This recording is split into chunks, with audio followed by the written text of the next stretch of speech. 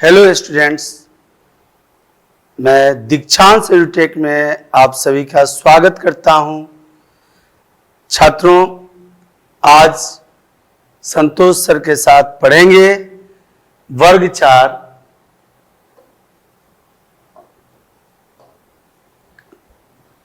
4 में विषय हिंदी व्याकरण पाठ भाषा। किसी भी व्याकरण की किताब में भाषा और व्याकरण, भाषा एवं व्याकरण, ये पहला पाठ होता है, पहला अध्याय होता है। छात्रों, भाषा के बारे में हम जानेंगे, क्योंकि अगर हम कहते हैं कि भाषा क्या है, क्यों है, तो अपने बातों को किसी से जब तक हम रखते नहीं हैं उसके सामने, तो कैसे वो समझ पाएंगे हमारी बातों को, या कोई हमसे न बोले तो हम कैसे समझ पाएं उसके विचारों को, वो क्या सोच रहे हैं, नहीं सोच रहे हैं, ये हमें कैसे पता चले।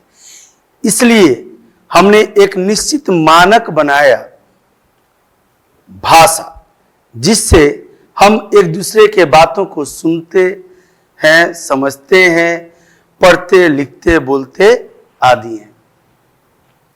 छात्रों, इस भाषा के पाठ में हमें बहुत कुछ मिलने वाला है। हमें इन्हें बांध के रखना है, जिस तरह से बक्सा में हम अपने कपड़ों को रखते हैं, वैसे ही अपने मेमोरी में, अपने दिमाग में इन बातों को रखना है हमें। आइए देखते हैं अधिगम संप्राप्ति क्या है, लर्निंग मटेरियल्स। तो इसमें हम पढ़ने वाले हैं भाषा की परिभाषा। भाषा की परिभाषा, भाषा की क्या परिभाषा होती है, उसके बाद से भाषा के प्रकार, उसके बाद मौखिक भाषा की परिभाषा एवं उदाहरण। प्रकार है ये मौखिक भाषा की परिभाषा और उदाहरण, लिखित भाषा की परिभाषा एवं उदाहरण, व्याकरण की परिभाषा। अर्थात पहले हम भाषा पढ़ेंगे, उसके बाद भाषा के प्रकार को देखेंगे, कितने प्रकार के होते हैं, उसके बाद मौखिक भाषा की परिभाषा और उदाहरण, लिखित भाषा की परिभाषा और उदाहरण देखेंगे। फिर हम व्याकरण को जानेंगे, ये व्याकरण क्या है, क्यों है और तब कैसे है। छात्रों, किसी भी विषय वस्तु में 3 बातें मुख्य होती हैं।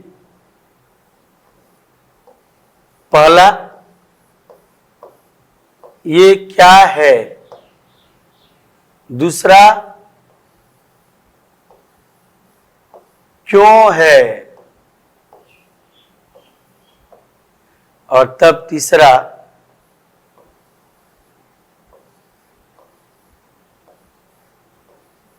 कैसे है। क्या है, क्यों है और कैसे है। जब इन 3 चीजों को हम समझ जाते हैं किसी भी क्षेत्र में, तो यह विशेष ज्ञान को दर्शाता है। ये 3 चीज विशेष ज्ञान को दर्शाता है, क्या, क्यों और कैसे। सपोज मान लेते हैं ये क्या है, तो जवाब मिलता है ये कलम है। क्यों है, लिखने के लिए है। अब कैसे है, तो इनमें जो जो चीजें लगाई गई है, जिनसे इनका निर्माण हुआ है, जिन सब वस्तुओं से इसे बनाई गई है, जिस प्रकार से बनाई गई है, वह कैसे पार्ट में आता है। इसमें रिफिल डाला जाता है, उसमें इंक डाला जाता है, फिर एक शेप दिया जाता है, पेन को पकड़ने वाला जगह होता है, हम उंगलियों में पकड़ करके इसका प्रयोग करते हैं, उपयोग करते हैं, इस तरह से है। तो ये तीनों बातें किसी भी विषय वस्तु के बारे में, किसी भी चीज के बारे में जानने में हमें मदद करती है। और ये जब हम जान जाते हैं तो यही है विशेष ज्ञान। व्याकरण हमें भाषा के क्षेत्र में जो विशेष ज्ञान देता है, जिससे हम अपने साहित्य की रचना करते हैं, कहानियां लिखते हैं, कविताएं लिखते हैं, लेख लिखते हैं, या जब हम अपने सवालों के जवाब लिखते हैं, हमें व्याकरण की आवश्यकता पड़ती है। व्याकरण सबसे महत्वपूर्ण होता है किसी भी भाषा को व्यक्त करने के लिए, क्योंकि वह नियम है, नियमों की किताब है व्याकरण। हिंदी को हम कैसे लिखेंगे, कैसे पढ़ेंगे, कैसे उसकी बातों को समझेंगे, इसके लिए जो नियम बनाया गया है वह नियम भाषा के अंतर्गत हमें पढ़ना है।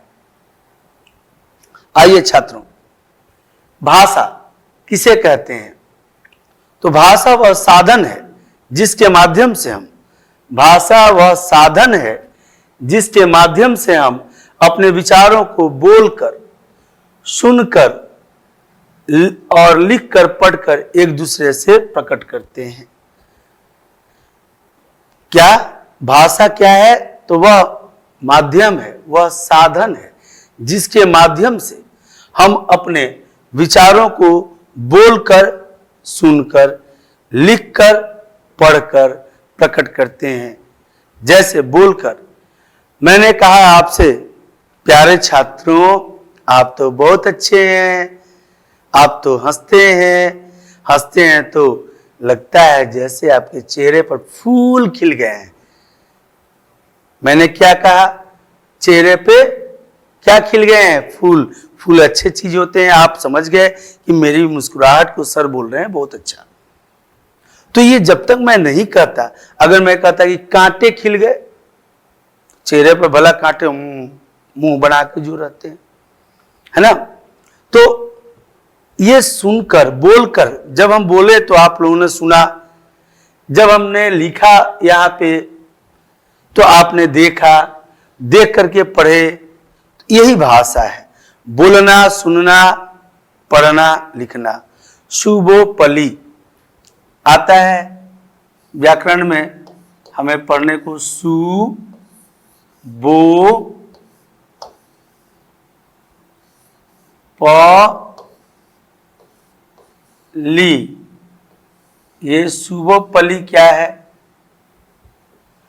तो सु से होगा सुनना,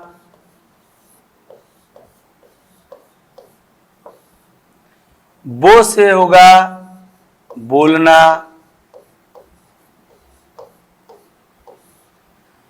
प से होता है पढ़ना, तथा ली से होता है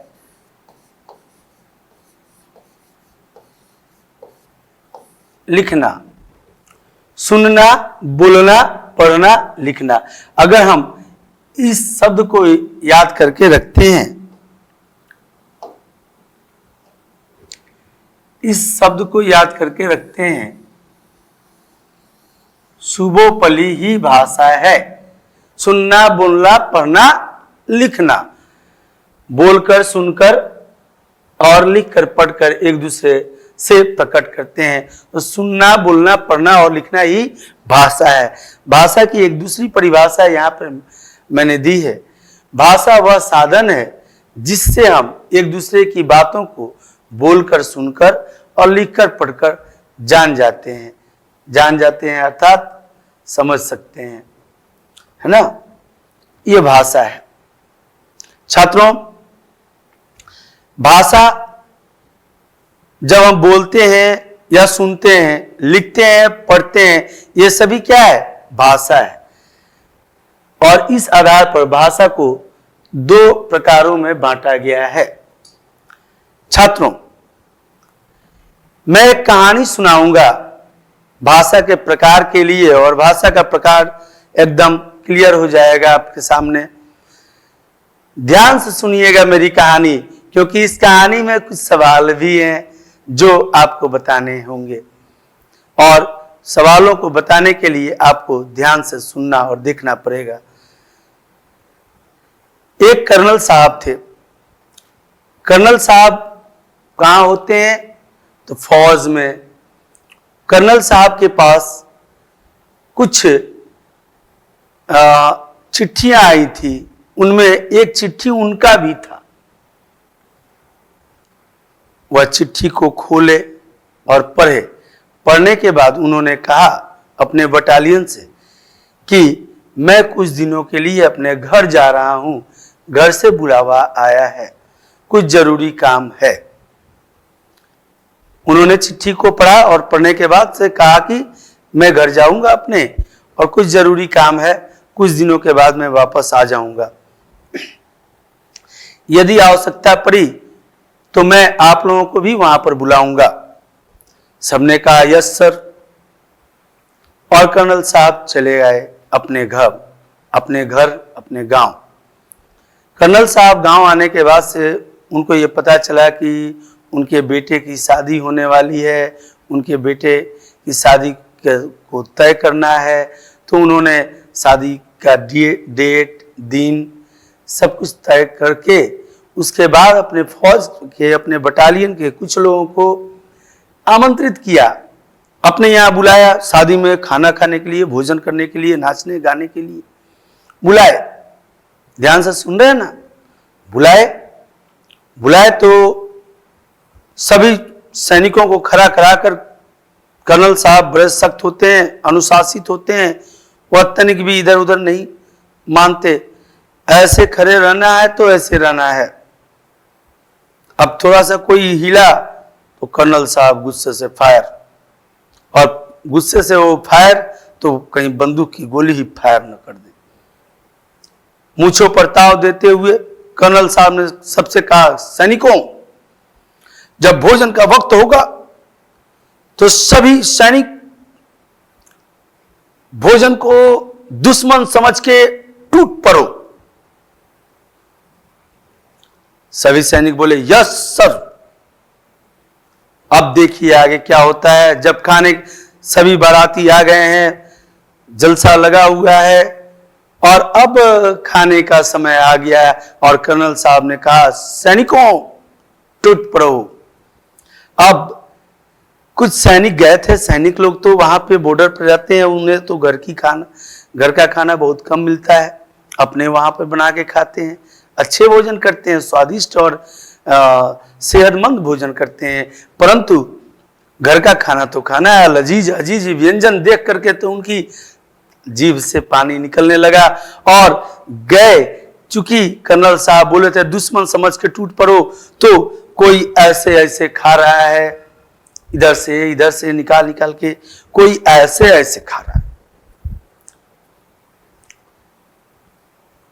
कोई तो कटोरा लेके ही खाना शुरू कर दे रहा है।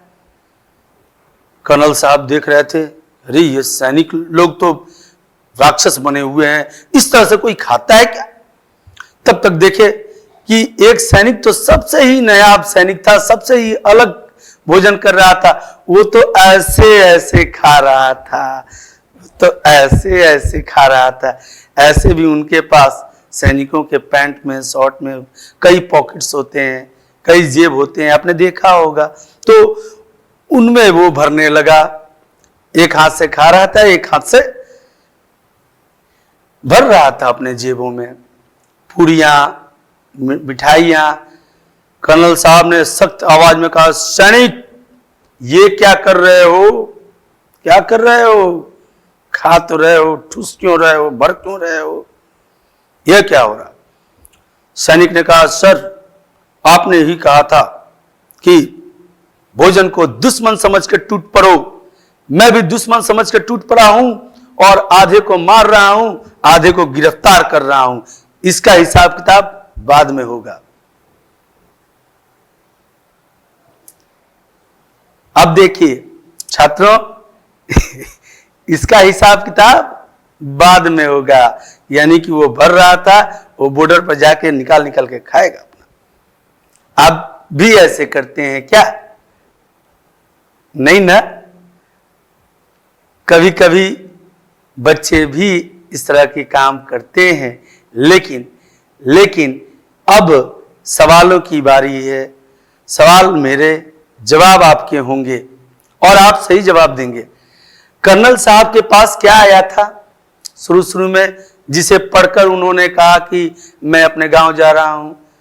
हाँ, चिट्ठी आई थी, चिट्ठी में लिखा हुआ था, तो वह भाषा का कौन सा रूप हो गया? लिखित रूप हो गया। फिर कर्नल साहब ने पढ़ा, पढ़ना भी, लिखना भी लिखित और पढ़ना भी लिखित रूप हुआ। कर्नल साहब ने अपने सैनिकों से कहा कि मैं अब घर जा रहा हूं, अपने गांव जा रहा हूं, कुछ दिनों के बाद लौटूंगा। यह क्या किए कर्नल साहब? बोले। तो ये बोलना क्या हुआ? मौखिक भाषा हुआ, मौखिक भाषा का रूप हुआ। और सुने सैनिक, वह भी मौखिक भाषा हुआ। अब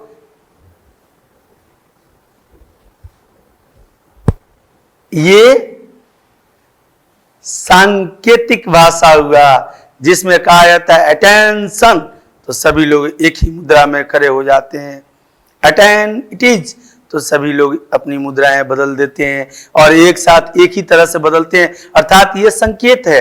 एम्पायर महोदय क्रिकेट के मैच में ऐसे दिखाते हैं तो इसका मतलब आउट, ऐसे दिखाते हैं तो इसका मतलब 6, ऐसे दिखाते हैं तो 4। ये सभी क्या है? सांकेतिक भाषाएं। आपने देखा होगा सड़क पे जब हम चलते हैं तो ट्रैफिक विसिल मारते हैं और इधर की गाड़ियों को रोक के इधर की पास कराते हैं।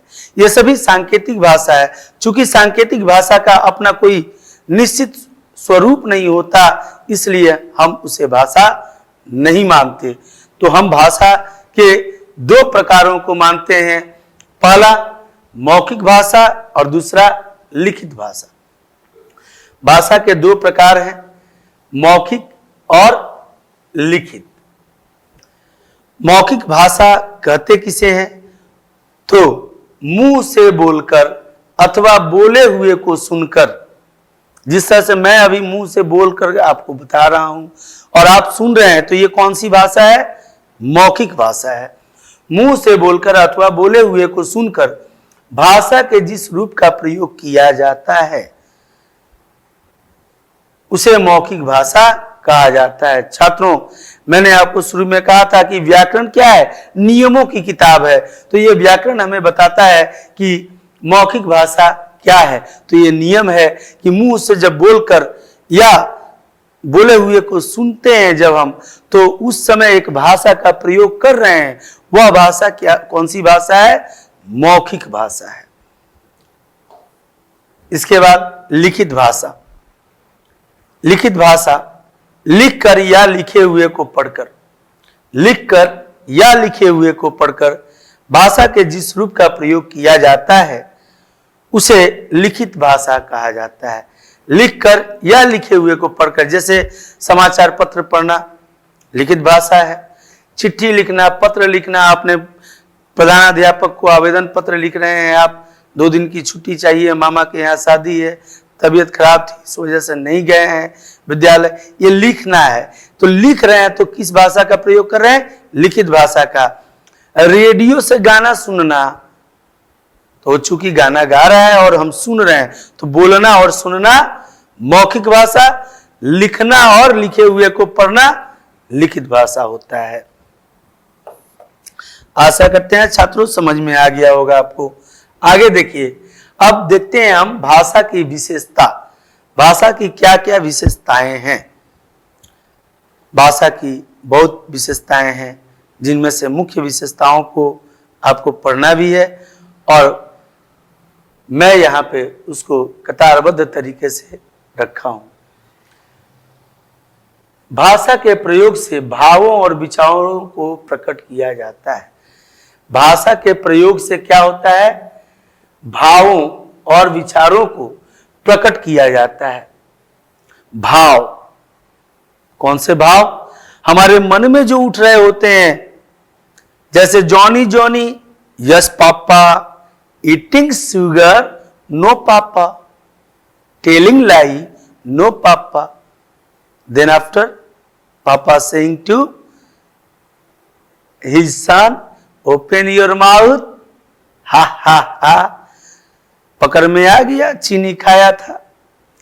तो इस तरह से भाषा का प्रयोग अपने भावों को, तो आखिर जो वो बोल रहा था जॉनी अपने पापा को कि नो पापा, मैंने नहीं खाया है पापा, तो वो बोल रहा था तो अपने विचारों को ही प्रकट कर रहा था।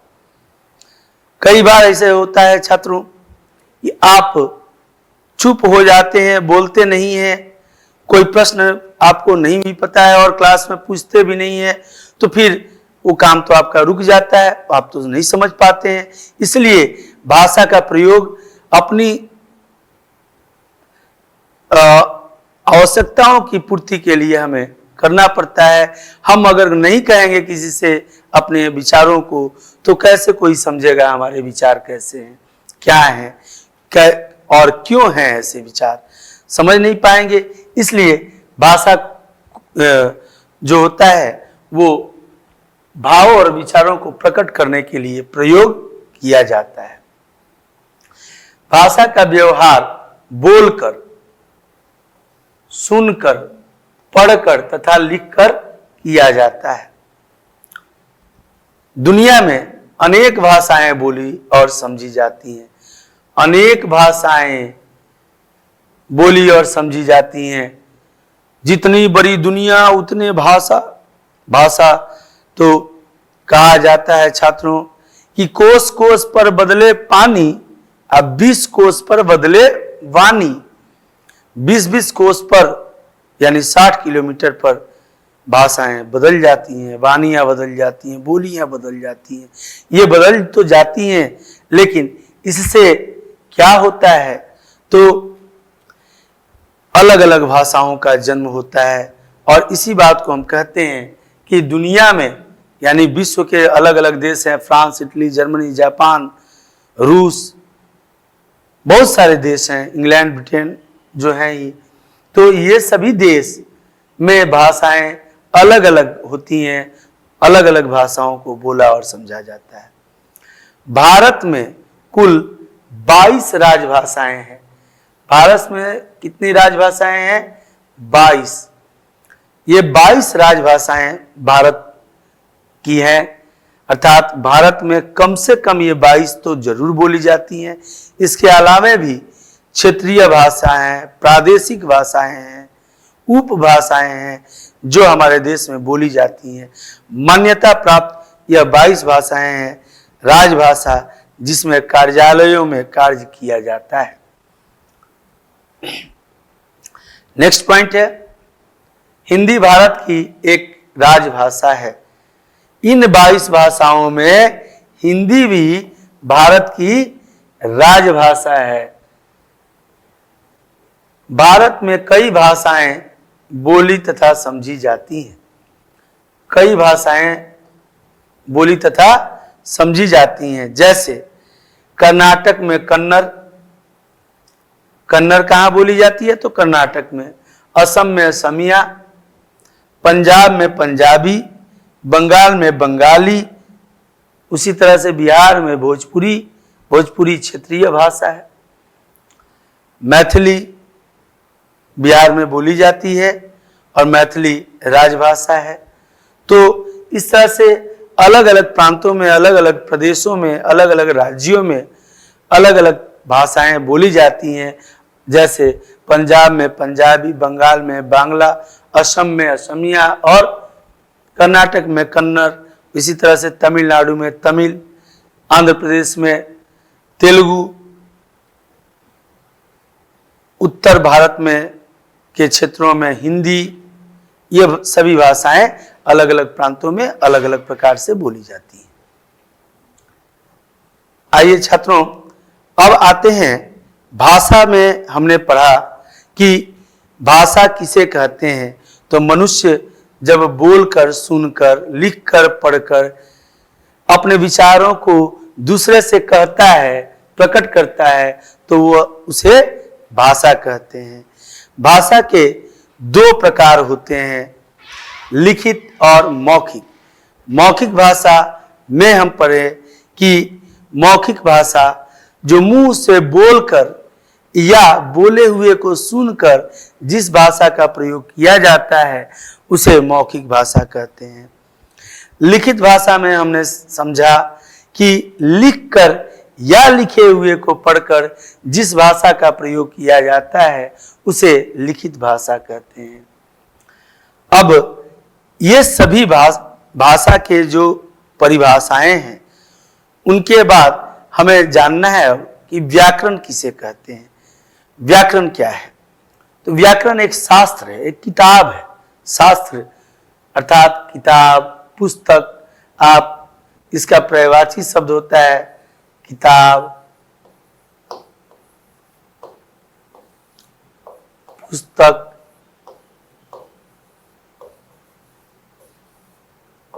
ग्रंथ।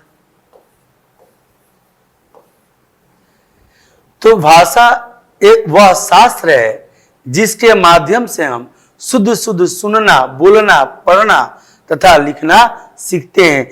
ये सुनना, बोलना, पढ़ना तथा लिखना क्या है? भाषा है। और इस भाषा को हम शुद्ध शुद्ध, जैसे शुद्ध शुद्ध कैसे?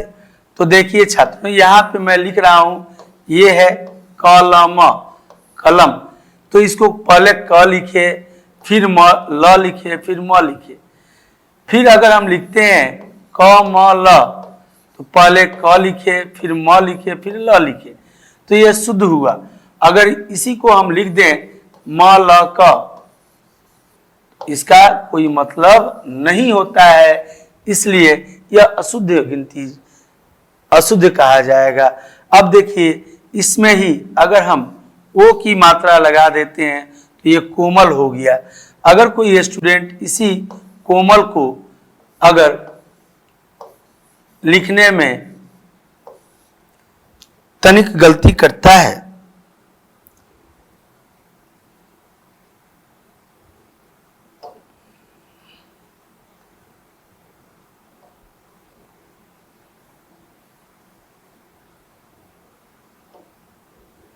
और लिख देता है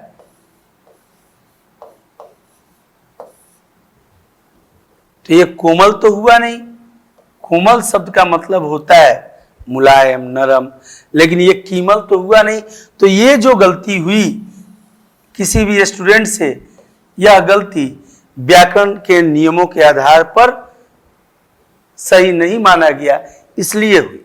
क्योंकि व्याकरण कहता है कोमल में ओ की मात्रा लगाएंगे, ई की नहीं। ई की लगाएंगे तो गलत हो जाएगा। तो व्याकरण क्या है? एक शास्त्र है जिसके माध्यम से, एक किताब है व्याकरण, एक पुस्तक है जिसके माध्यम से हम शुद्ध शुद्ध सुनना, बोलना, पढ़ना तथा लिखना सीखते हैं।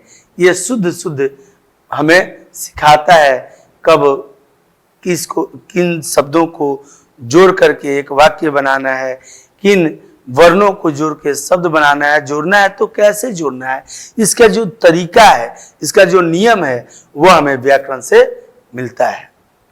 व्याकरण से भाषा में व्यवस्था स्थापित होती है, की जाती है।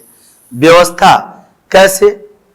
तो हम कहाँ अरेंज करेंगे, किस लेटर को, किस अक्षर को हम कहाँ रखेंगे कि हमारा शब्द बनेगा।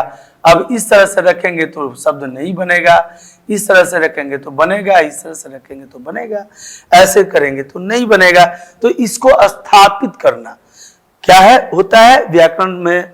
व्याकरण से भाषा में व्यवस्था स्थापित की जाती है, व्यवस्था को स्थापित करना होता है। फिर भाषा के प्रयोग को अनुशासन में रखने के लिए व्याकरण का प्रयोग किया जाता है। अर्थात भाषा को हम शुद्धता के साथ लिखें, इसलिए हमें व्याकरण की जानकारी होनी जरूरी होती है। व्याकरण इसीलिए हम पढ़ते हैं। आइए छात्रों, आशा करते हैं आप लोगों को वीडियो अच्छा लगा होगा और क्लियर कॉन्सेप्ट के साथ आपने समझा होगा। इसलिए अब विदा लेने का वक्त हो गया है। धन्यवाद। आपका दिन मंगलमय हो।